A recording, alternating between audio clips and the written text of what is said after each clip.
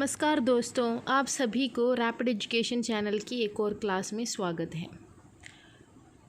आज का हमारा टॉपिक है कहानी चंद्रदेव से मेरी बातें। बंग महिला की कहानी चंद्रदेव से मेरी बातें। मैंने सोचा है कि इकाई 1 करने के साथ साथ ये इकाई 7 भी करवाऊँ आपको। उसमें कहानियाँ हैं, शॉर्ट स्टोरीज़ है। एक एक कहानी करके मैं इसके साथ साथ अपलोड कर दूंगी। आज की हमारी कहानी है बंग महिला की चंद्रदेव से मेरी बातें। ये कहानी 1905 में सरस्वती पत्रिका में छपाई गई थी। कहानी नहीं कहा जा सकता इसे, ये एक तरह की पत्रात्मक शैली में लिखी गई है। इसकी रचना शैली एक पत्र के रूप में है। जो लेखिका है वो चंद्रदेव से चिट्ठी के रूप में चंद्रदेव को एक चिट्ठी लिखती है। उसकी एक तत्कालीन समाज की जो बातें हैं, जो उस वक्त अंग्रेज़ हमारे इंडिया में थे, उस वक्त की जो आर्थिक राजनीतिक व्यवस्था है उसके बारे में वो सब इस कहानी में आते हैं।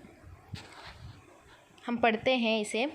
भगवान चंद्रदेव, आपके कलमबद्ध कोमल चरणों में इस दासी का अनेक बार प्रणाम। आज मैं आपसे 2-4 बातें करने की इच्छा रखती हूँ।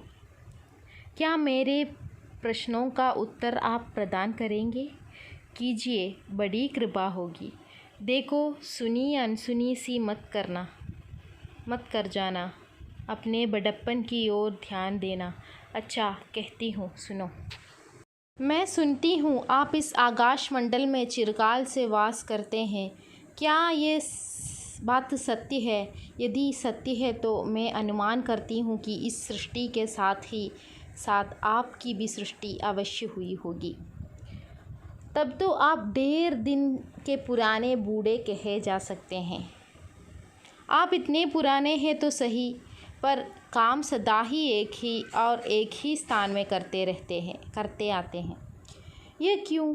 क्या आपका डिपार्टमेंट में ट्रांसफ़र होने का नियम नहीं? डिपार्टमेंट मतलब महकमे या बदल। आप जानते हैं ट्रांसफ़र और डिपार्टमेंट के सभी लोग जानते हैं।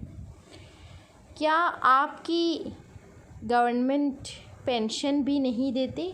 क्या आपकी गवर्नमेंट पेंशन नहीं देते? आपके डिपार्टमेंट में एक ही तरह का काम चलता है। आपके डिपार्टमेंट में ट्रांसफ़र नहीं होती, इसका नियम नहीं है, या आपकी गवर्नमेंट आपको पेंशन भी नहीं देते। ये हमेशा आप जब से सृष्टि हुई है तब से आज तक आप एक ही काम करते आ रहे हो। कोई बदली नहीं है, कुछ भी बदली नहीं है।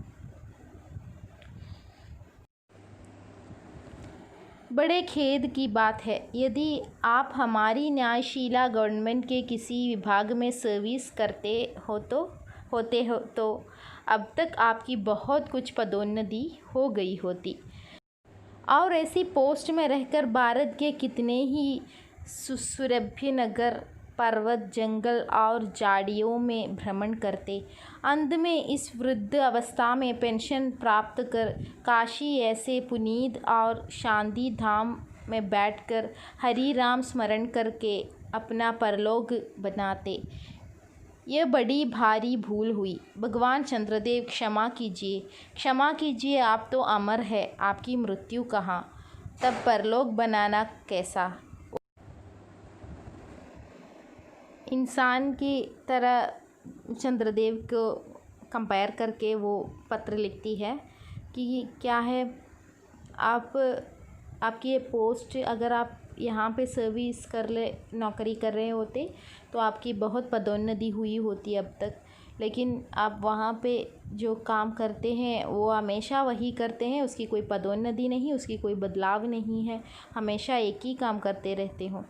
लेकिन यहाँ अगर काम करते तो क्या होता? आप पदोन्नति भी हुई होती, आपकी रिटायरमेंट भी हुआ होता, और क्या होता? अब आप पेंशन पाकर आराम से पुण्य जगह पर जाकर बैठ सकते थे, परलोक ग्रहण कर सकते थे। लेकिन अचानक याद आते हैं कि आपकी मृत्यु नहीं, आप तो अमर है। ओहो, देवता भी अपनी जाति के कैसे पश्चातापी होते हैं। देखो ना, चंद्रदेव को अमृत देकर उन्होंने अमर कर दिया।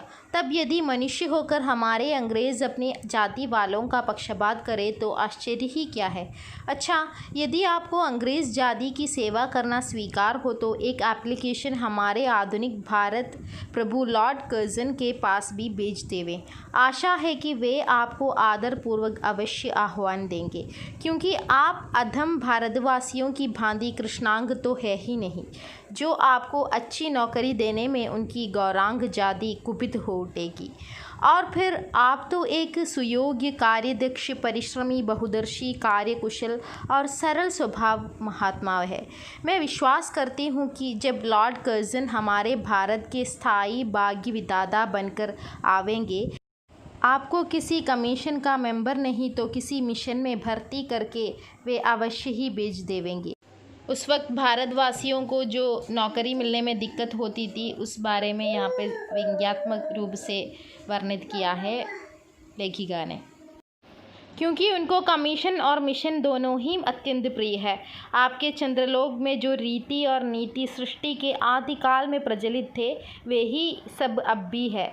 पर यहाँ तो इतना परिवर्तन हो गया है कि भूत और वर्तमान में आकाश पाताल सा अंतर है। मैं अनुमान करती हूँ कि आपके नेत्रों की ज्योति भी कुछ अवश्य ही मंद पड़ गई होगी, क्योंकि आधुनिक भारत संतान लड़कपन से ही चश्मा धारण करने लगी है। इस कारण आप हमारे दीनहीन क्षीण प्रभ भारत को इतनी दूर से भली भांति न देख सकते होंगे।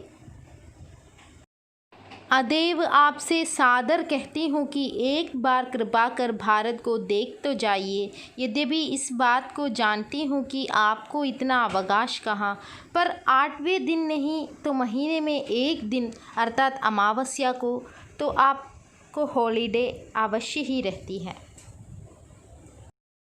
यदि आप उस दिन चाहे तो भारत भ्रमण कर जा सकते हैं। इस भ्रमण में आपको कितने ही नूतन दृश्य देखने को मिलेंगे, जिसे सहसा देखकर आपकी बुद्धि ज़रूर चकरा जाएगी। यदि आपसे सारे हिंदुस्तान का भ्रमण शीघ्रता के कारण न हो सके तो केवल राजधानी कलकत्ता को ही देख लेना तो अवश्य ही उचित है।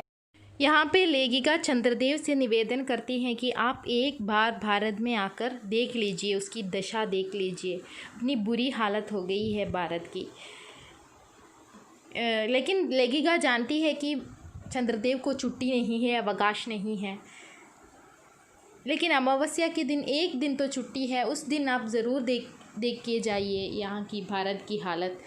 लेकिन उस दिन भी आप पूरे भारत की भ्रमण नहीं कर पाएंगे, इसलिए कम से कम राजधानी कलकत्ता के भ्रमण आप ज़रूर कर लीजिए। उस वक्त की राजधानी कलकत्ता थी। वहाँ के कल कारखानों को देखकर आपको ये अवश्य ही कहना पड़ेगा कि यहाँ की कारीगर तो विश्वकर्मा के भी लड़क दादा निकले। यही क्यों आपकी प्रिय सहयोगिनी दामिनो, जो मेघों पर आरोहण करके आनंद से अटकेलियाँ किया करती है, वह बेचारी भी यहाँ मनुष्य के हाथों का खिलौना हो रही है। भगवान निशानाद, जिस समय आप अपनी निर्मल चंद्रिका को बटोर मेघमाला अथवा पर्वतों की ओट से सिंधु के गोद में जा सकते हैं, उस समय यही नीरद वासिनी विश्वमोहिनी सौदामिनी अपनी उज्ज्वल मूर्ति से आलोक प्रदान कर रात को दिन बना देती है। आपके देवलोक में जितने देवता हैं, उनके वाहन भी उतने हैं। किसी का गज, किसी का हंस, किसी का बैल, किसी का चूहा इत्यादि। पर यहाँ तो सारा बोझ आपकी चपला और अग्निदेव के माथे मढ़ा गया है। क्या ब्राह्मण, क्या क्षत्रिय, क्या वैश्य, क्या शूद्र, क्या चंडाल, सभी के रथों का वाहन वही हो रही है। हमारे श्वेतांग महाप्रभु गण को जहाँ पर कुछ कठिनाई का सामना आ पड़ा, झट उन्होंने इलेक्ट्रिसिटी को लापटका। बस कठिन से कठिन कार्य सहज में संपादन कर लेते हैं और हमारे यहाँ की उच्च शिक्षा प्राप्त युवक काठ के पुतलों की भांति मुँह ताकते रह जाते हैं। जिस व्योमवासिनी विद्युत देवी को स्पर्श तक करने का किसी व्यक्ति का साहस नहीं हो सकता, वही आज पराये घर में आश्रिता नारियों की भांति ऐसे दबाव में पड़ी है कि वह छू तक नहीं कर सकती। क्या करे? बेचारी के भाग्य में विधाता ने दासी वृत्ति ही लिखा था। हरिपदोत्सव त्रैलोक पावनी सुरसरी के भी खोटे दिन आए हैं। वह भी अब स्थान स्थान में बंधनग्रस्त हो रही है। उसके वक्षस्थल पर जहाँ तहाँ मोटे वृहदाकार खंभ गाड़ दिए गए हैं। कलकत्ता आदि को देखकर आपके देवराज सुरेंद्र भी कहेंगे कि हमारी अमरावती तो इसके आगे निरी फीकी सी जान पड़ती है। वहाँ ईडन गार्डन तो पारिजात परिशोभित नंदन कानन को भी मात दे रहा है।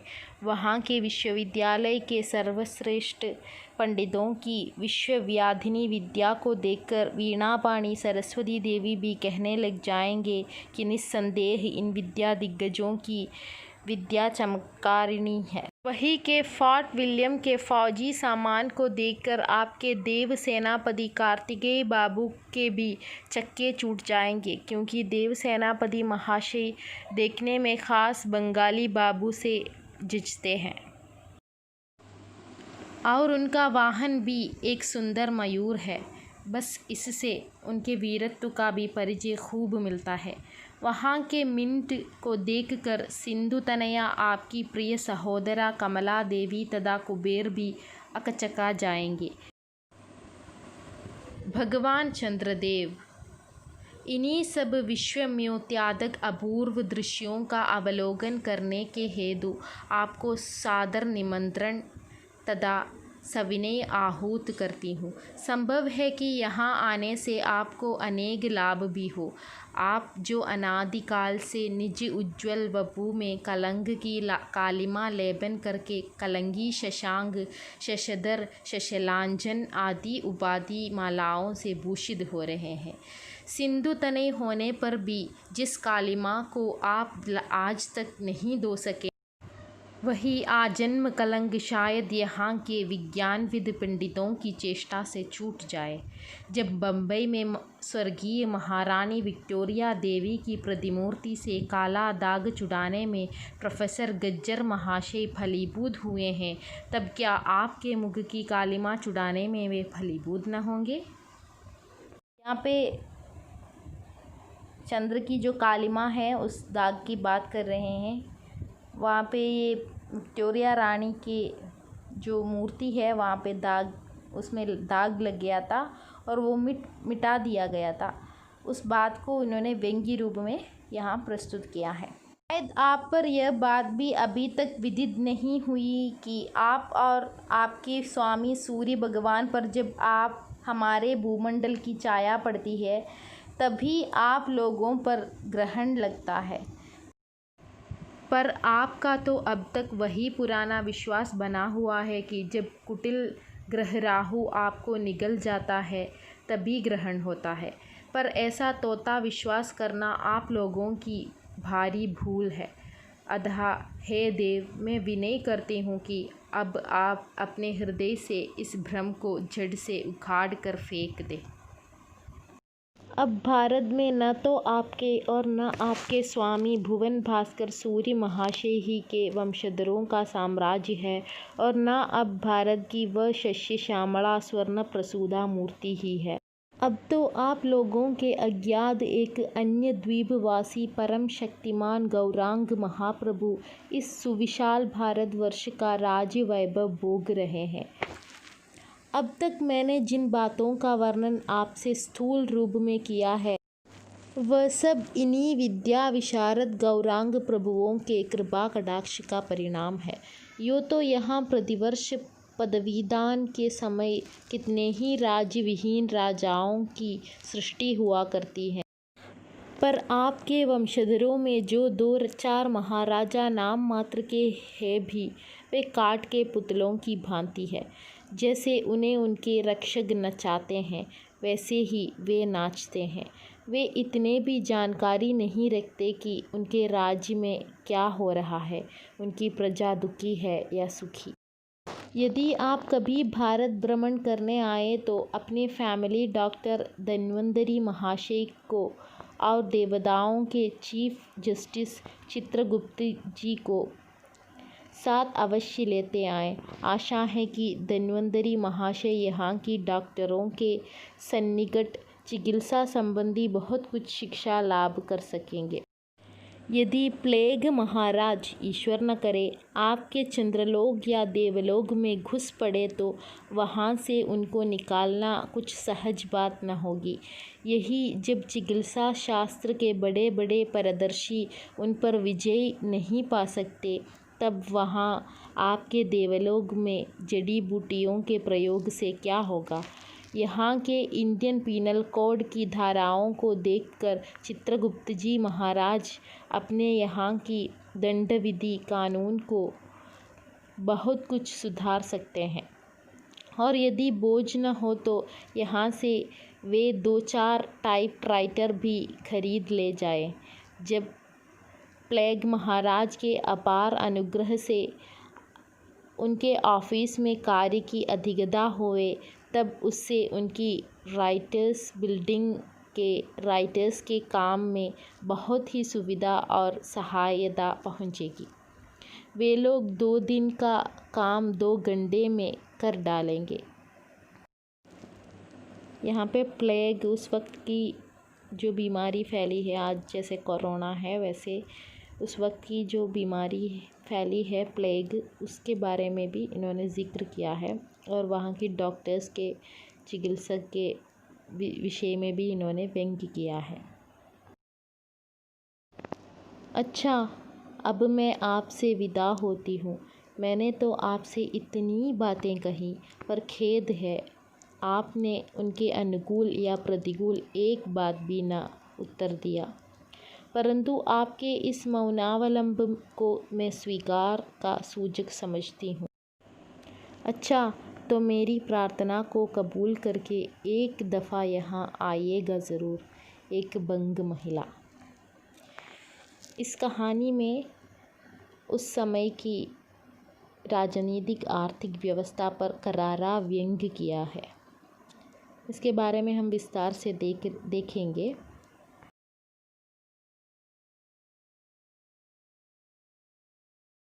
चंद्रदेव से मेरी बातें कहानी 1905 में सरस्वती पत्रिका में प्रकाशित हुई थी। आप लोग याद रखिए, 1905 में सरस्वती पत्रिका में प्रकाशित हुई थी। ये पहली राजनीतिक कहानी है। इसकी शैली कहानी शैली नहीं है, पत्रात्मक शैली है, मैंने पहले कह चुका है। और शायद इसे निबंध भी कहा जा सकता है। कहानी के माध्यम से लॉर्ड कर्जन पर व्यंग्य किया गया। वो उस वक्त की लॉर्ड गवर्नर थे बंगाल के, कलकत्ता के, उन पर करारा व्यंग्य किया गया है। इसकी भाषा व्यंग्यात्मक है।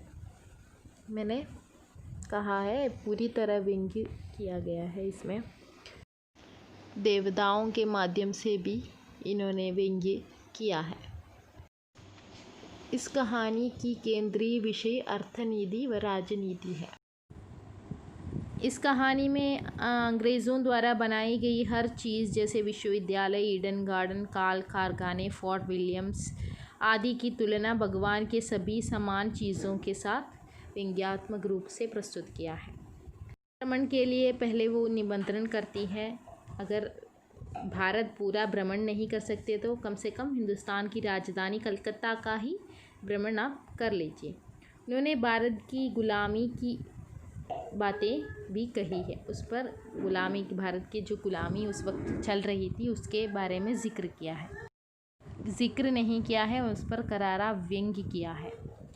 तब कि राजा बस राजा मात्र रह गए हैं, सब अंग्रेज़ों की हाथ की कठपुतली है।